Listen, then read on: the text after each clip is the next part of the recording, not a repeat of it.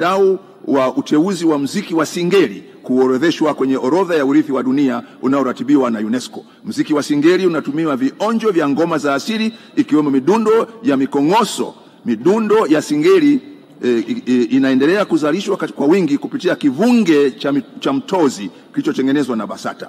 Upekee wa Singeli umeifanya kuwa kivutio kikubwa katika matamasha makubwa ya kimataifa kama vile Nyege Nyege Festival Uganda, Duo Festival nchini Ubelgiji, Primavera Sound Festival nchini Hispania, Approbation Festival nchini Ujerumani na Kora Festival nchini Ufaransa. Baada ya kumaliza kwa washa hiyo, wizara iliandaa nyaraka muhimu za uteuzi, yani nomination dossier, wa kuziwasilisha UNESCO yenye makao makuu Ufaransa kwa ajili ya hatua za kuidhinishwa. Hivi sasa kinachosubiriwa ni kukamilika kwa taratibu za UNESCO ili hatimaye kutangaza rasmi muziki wa Singeli kuwa ni sehemu ya orodha ya urithi wa dunia, hatua ambayo itaimarisha zaidi hadhi ya utamaduni wa Tanzania duniani.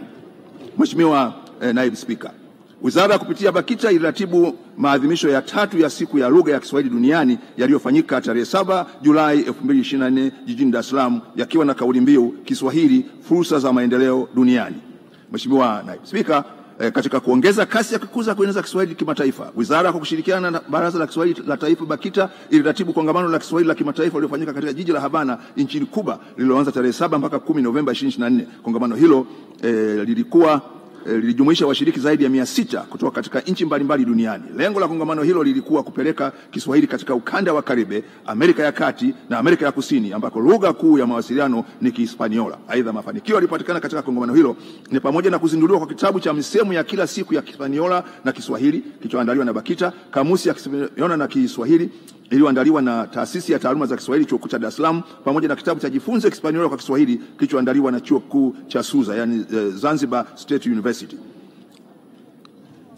of Zanzibar, kusimikwa rasmi kwa lugha ya Kiswahili katika ukanda wa Karibe, Amerika ya Kusini na Amerika ya Kati ni mafanikio makubwa.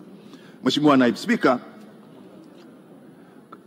serikali kupitia BAKITA imeandaa kanzidata ya wataalamu wa Kiswahili kwa lengo la kubaini uwezo wa nchi kushiriki katika kueneza matumizi ya maendeleo ya Kiswahili ndani na nje ya nchi kupitia huduma za ukalimani, tafsiri, ufundishwaji wa Kiswahili kwa wageni pamoja na uandishi wa vitabu. Katika kipindi cha Julai 24 Aprili 25, baraza limetambua na kusajili wataalamu 73 sawa na 61% ya lengo la kusajili wataalamu 120, ambapo kati ya Aprili 25 na 25 kanzidata ina jumla ya wataalamu sasa 1897.